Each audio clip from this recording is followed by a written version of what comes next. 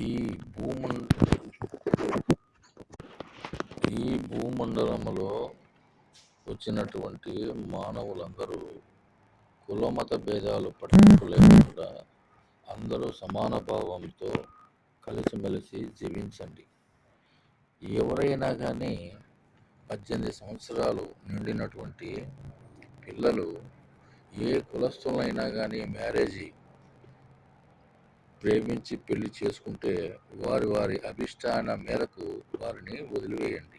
అంతేగాని తల్లిదండ్రులు వారిని హింసించకుండా, మానసిక శోభకు గురి చేయకుండా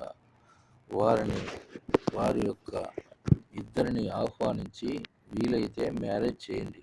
లేదు మీకు వారి యొక్క ఆమోదము పెళ్ళిళ్ళు ఇష్టం లేకపోతే వారికే బాధ్యతలు అప్పగించి వాళ్ళు అంతో ఎంతో సంపాదించుకుంటుంటారు కాబట్టి వారి జీవన ప్రయాణం మీరే సాగించుకున్నైనా కాబట్టి మీరే ఎక్కడికో గుడికో లేదా మీ ఇష్టం వచ్చినట్టు చర్చికో లేదా మీ ఇష్టం వచ్చినట్టు మసీదుకో వెళ్ళి మీరు పెళ్ళిళ్ళు చేసుకొని హ్యాపీగా ఎక్కడొక చోట మీరు హ్యాపీగా జీవనం సాగించండి అని వారిని ఆశీర్వదించి ప్రతి ఒక్క కుటుంబీకులు పంపివేయండి.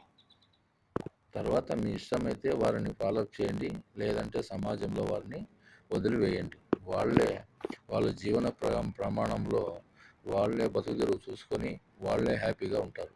కాబట్టి నేను తల్లిదండ్రులకు తెలియజేయడం ఏమనగా, ఈ భూమండలంలో మనం మానవులుగా వచ్చాము, ప్రతి ఒక్కరము ఆనందంగా జీవించాలి. అంతేగాని కులం మత భేదాలు పట్టించుకోవద్దని నేను ప్రతి ఒక్క ఫ్యామిలీస్ కూడా నేను మనవి చేస్తున్నాను.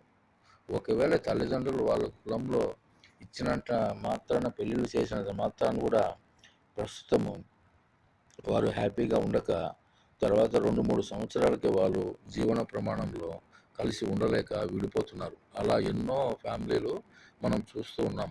కాబట్టి ఇకనైనా ప్రతి ఒక్క కుటుంబంలోని వారు పెద్దలు పిల్లలను గౌరవించి వారి మనో ఇష్టానుసారం పడే పెళ్ళిళ్ళు చేసుకుంటే వాళ్ళు ఇష్టమైన చేసుకున్నారు కాబట్టి ఆ కష్టమో నిష్టమో వాళ్ళే భరాయిస్తారు. మన తల్లిదండ్రులకు అనవసరం.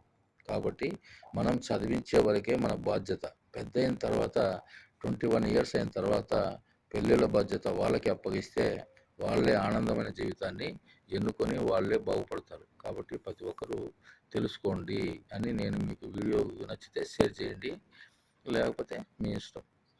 కాబట్టి ప్రతి ఒక్కరూ సమాజంలో తెలుసుకోవాల్సిందిగా కోరుచున్నాను.